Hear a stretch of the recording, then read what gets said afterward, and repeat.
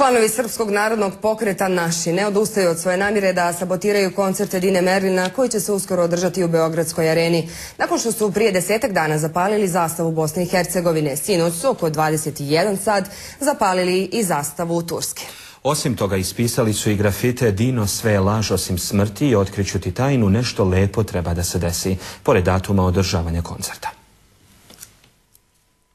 Mi vodimo kampanju da se koncert otkaže pod jedan, ako u tome ne uspemo, to je vodimo kampanju da se Dino odredi prema svim svojim izjavama i uvredama koje iznao na račun Srba i da se izvini. Ako to ne uradi,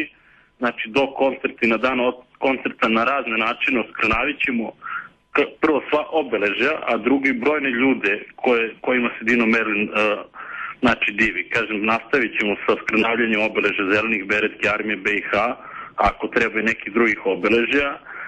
čisto da bi dali političku konotaciju tom kontestu koga je smatrano političkim događajem, jer ga finansira Demokratska stranka, a na sam dan koncerta naši članovi koji su već pribavili određen broj karata od ljudi koji su odlučili da nam ih doniraju, pošto su saznali ko je Dino Merlin, a dobili su ih, ili su ih neki čak i kupili, potrudit ćemo da u samoj sali napravimo jedan politički performans sa paljenjem tih zločinačkih obeležja.